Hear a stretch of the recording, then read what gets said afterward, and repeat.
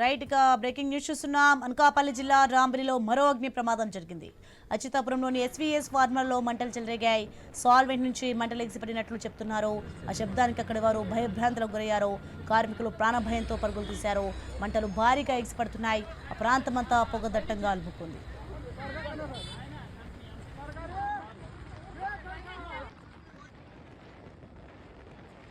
Right ఇదే అంశానికి సంబంధించి మరింత సమాచారం మా ప్రతినిధి రాజు ఫోన్లలో అందిస్తారు. ఎస్ రాజు, అనకాపల్లి జిల్లా రావిల్లో మరో అగ్ని ప్రమాదం చోటు చేసుకుంది. ప్రస్తుతం అక్కడ పరిస్థితి ఎలా ఉంది ఏంటి?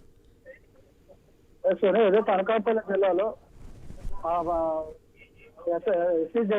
రాంబిల్లి మండలంలో ఉన్నటువంటి ఫార్మా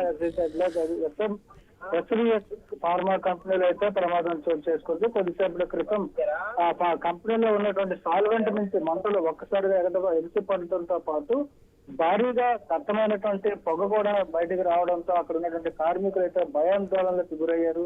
అక్కడ నుంచి ప్రాణభయంతో పరుగులు తీసిన పరిస్థితి కూడా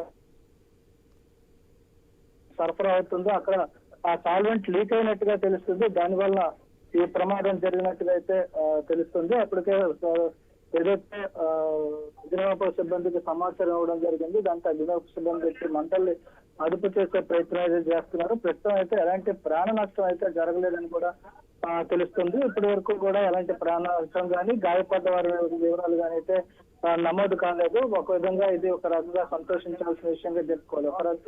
తరచూ కూడా ఫార్మా కంపెనీలో చోటు చేసుకున్న ప్రమాదాల నివారణకి గత కొంతకాలంగా ప్రభుత్వాలు కఠిన చర్యలు చేపడతామని చెప్పినప్పుడు కూడా తరచూ కూడా ఈ ప్రమాదాలతో ప్రాణ నష్టాలు చోటు చేసుకుంటాయి. ఈ నేపథ్యంలోనే ఈ రోజు ఎస్వీఎస్ కంపెనీలో జరిగినటువంటి ప్రమాదంలో అయితే ఎలాంటి ప్రాణ నష్టం జరగకపోయినప్పటికీ కూడా భారీగా అయితే మంటలు ఎగసిపడి దట్టమైనటువంటి పొగ రావడంతో చుట్టుపక్కల ఉన్నటువంటి ప్రజలైతే ఉక్కిరిబిక్కిరైన పరిస్థితి కనిపిస్తుంది. అదేవిధంగా కార్మికులందరూ కూడా ప్రాణభయంతో పరుగులు తీసిన పరిస్థితి కూడా కనిపిస్తుంది. దీనికి ఇప్పటికే కార్మిక సంఘాలు అయితే ఆందోళన వ్యక్తం చేస్తున్నాయి.